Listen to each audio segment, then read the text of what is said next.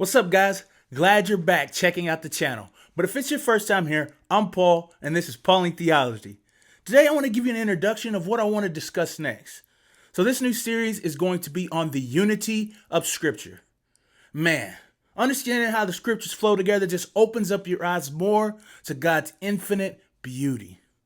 You begin to recognize and appreciate God's plan throughout history, and just how it all forms and informs itself together.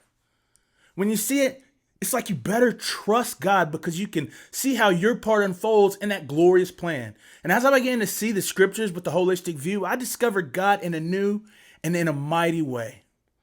And I want you guys to see Him in that same way. So I want to share in what God has shown me.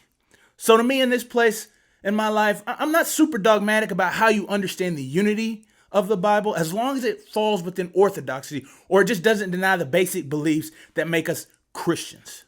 So in this series, I'm going to talk to you about a few different ways that the Bible's unity can be understood. I'll talk about covenant theology. I'll go into dispensationalism.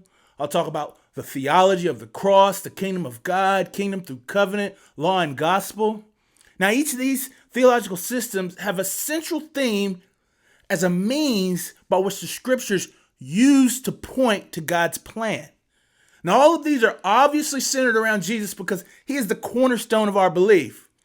But each gives a different nuance as to how we get there. Like understanding the covenants or understanding God's kingdom, or maybe how law and gospel works. And if you don't understand me right now, hey, don't worry about it. After watching a video or two, you'll see what I'm talking about. Now, remember, none of these systems are perfect. They were invented by man, though each man humbly submitted to God in order to understand Him, to try and give a better, clear understanding of His purpose. But you must read the Scriptures and see which God has convinced in your heart to be most aligned with what Scripture actually says. So in the end, the Bible is the ultimate authority, and we must not bow to any theological system that does not find the truth from the Word. Now, these are definitely good places to start, though, on your journey through the Scripture, to see God's plan gloriously displayed. But before I go to each theological system, I want to start with a video on the hermeneutics of reading the Scripture.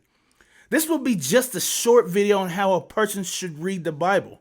When we look at the Bible, we have to understand it in certain ways and read it accordingly.